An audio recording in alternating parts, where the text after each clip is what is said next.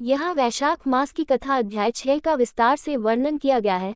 इसमें पौराणिक प्रसंग, धार्मिक महत्व और वैशाख मास में किए जाने वाले व्रत, दान एवं पुण्य कार्यों का महात्म्य वर्णित है। वैशाख महात्म्य कथा अध्याय 6। प्रस्तावना। वैशाख मास सनातन धर्म में सबसे पवित्र महीनों में से एक माना गया है।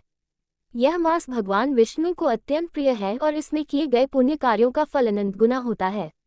ब्रह्मा, विष्णु, महेश, सूर्य और समस्त देवताओं ने इस मास के महात्म्य की प्रशंसा की है। पद्म पुराण के उत्तरखंड में वैशाख महात्म्य का विशेष वर्णन आता है। छठे अध्याय में मुख्यतः धर्मराज और पुण्यात्मा के संवाद के माध्यम से इस मास की महिमा को विस्तारपूर्वक बताया गया है। धर्मराज और पुण्यात्मा का संवाद। एक बार धर्मराज ने पुण्यात्माओं से कहा, हे भक्तों, सुनो, मैं तुम्हें वैशाख मास की अद्भुत कथा सुनाता हूँ, जिसे सुनने मात्र से जन्म जन्म के पाप नष्ट हो जाते हैं और मोक्ष प्राप्त होता है।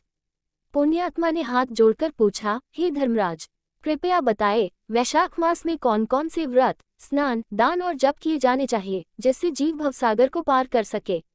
धर्मराज बोले, हे धर्मनिष्ठ आत्मा, वैशाख मास में प्रातः काल ब्रह्म मुहूर्त में उठकर गंगा, यमुना या किसी पवित्र नदी में स्नान करना अत्यंत पुण्यदायक होता है।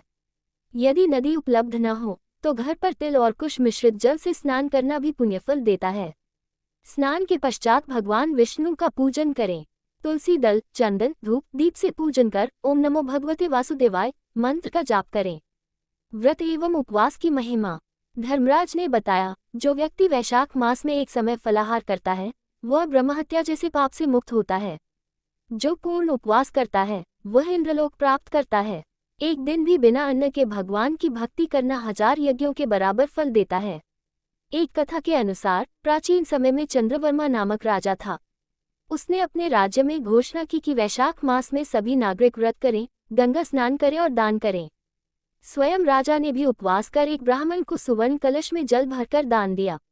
उसका पुण्य इतना अधिक था कि मृत्यु के बाद उसे वैकुंठ लोक प्राप्त हुआ। गौदान और अन्नदान की महिमा। धर्मराज आगे बोले, वैशाख मास में जो व्यक्ति गौ, वस्त्र, अन्न, जल, छाया, चप्पल, छाता आदि का दान करता है, वह सदा के लिए स्वर्ग में वास करता है। विशेषकर जल से भरे घड़े का दान अक्षय पुण्य देने वाला होता है। एक लोटा जल भी अगर किसी प्यासे को दिया जाए तो उसका पुण्य यज्ञों के फल से भी अधिक होता है। एक अन्य कथा में वर्णन है कि एक निर्धन ब्राह्मण ने अपने पास केवल एक मिट्टी का घड़ा होने पर भी वैशाख मास में एक प्यासे साधु को पानी पिलाया। उस ब्राह्मण को मरने के बाद स्वर्ग में राजा के समान सम्मान प्राप्त हुआ। तुलसी सेवा और व्रत कथा पाठ। वैशाख मास में प्रतिदिन तुलसी का पूजन करना, उसके समक्ष दीप जलाना और श्री विष्णु सहस्रनाम का पाठ करना बहुत पुण्यकारी होता है। इस मास में कथा सुनना और सुनाना भी श्रेष्ठ कार्य माना गया है। ब्रह्मा जी ने कहा है कि जो व्यक्ति वैशाख मास में श्रीमद्भागवत, रामायण या विष्णु पुराण की कथा करता है, वह दुर्लभ मोक्ष को प्राप्त करता है। पौराणिक प्रसंग। राजा दिलीप की कथा। राजा दिलीप अत्यंत धर्मात्मा और सत्यवादी था, किंतु उसे संतान नहीं थी। उसने गुरु वशिष्ठ से उपाय पूछा। गुरु ने कहा, राजन, तुम वैशाख मास में नियमपूर्वक व्रत, स्नान और दान करो। भगवान मधुसूदन की पूजा करो। इस मास में गौ माता की सेवा सर्वोच्च फलदायक होती है। राजा ने गुरुदेव की आज्ञा का पालन किया। संतान प्राप्ति की कामना से उसने 1 माह तक उपवास, ब्राह्मण सेवा और जल दान किया।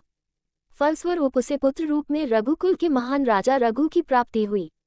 एक वैश्य का मोक्ष। एक वैश्य जिसका जीवन पापमय था, अनजाने में वैशाख मास में एक दिन नदी स्नान कर एक ब्राह्मण को जलदान दे बैठी। उस दिन उसने भोजन नहीं किया था। मृत्यु के बाद उसे यमलोक ले जाया गया, परंतु धर्मराज ने कहा, इसने वैशाख मास में जलदान और उपवास किया था, इसलिए इसे नरक में नहीं ले जाया जा सकता, और वह स्वर्ग भेजी गई। निष्कर्ष। वैशाख मास का सार। धर्मराज अंत में कहते हैं, हे पुण्यात्माओं, वैशाख मास पुण्य का महासागर है। ये देवताओं का प्रिय माह है। जो इसमें एक भी पुण्य कार्य करता है, वह जन्म मरण से मुक्त हो जाता है। ब्राह्मणों को दान, जल का दान, अन्न का दान, व्रत, जप और तप इस मास में स्वर्णफल प्रदान करता है। इसके महात्म्य को जो पढ़ता या सुनता है, वह कल्पों तक पुण्यफल प्राप्त करता है। उपसंहार। इस प्रकार छठे अध्याय में धर्मराज ने वैशाख मास की महानता का वर्णन किया। यह माह सच्चे मन से किया गया पुण्य साधनों का संवाहक है। इसके महत्व को जानकर श्रद्धा एवं विश्वास से किए गए व्रत और दान जीवन को दिव्यता से भर देते हैं। यदि आप चाहें तो मैं इसे PDF या ऑडियो स्वरूप में भी बना सकता हूँ। क्या आपको यह चाहिए?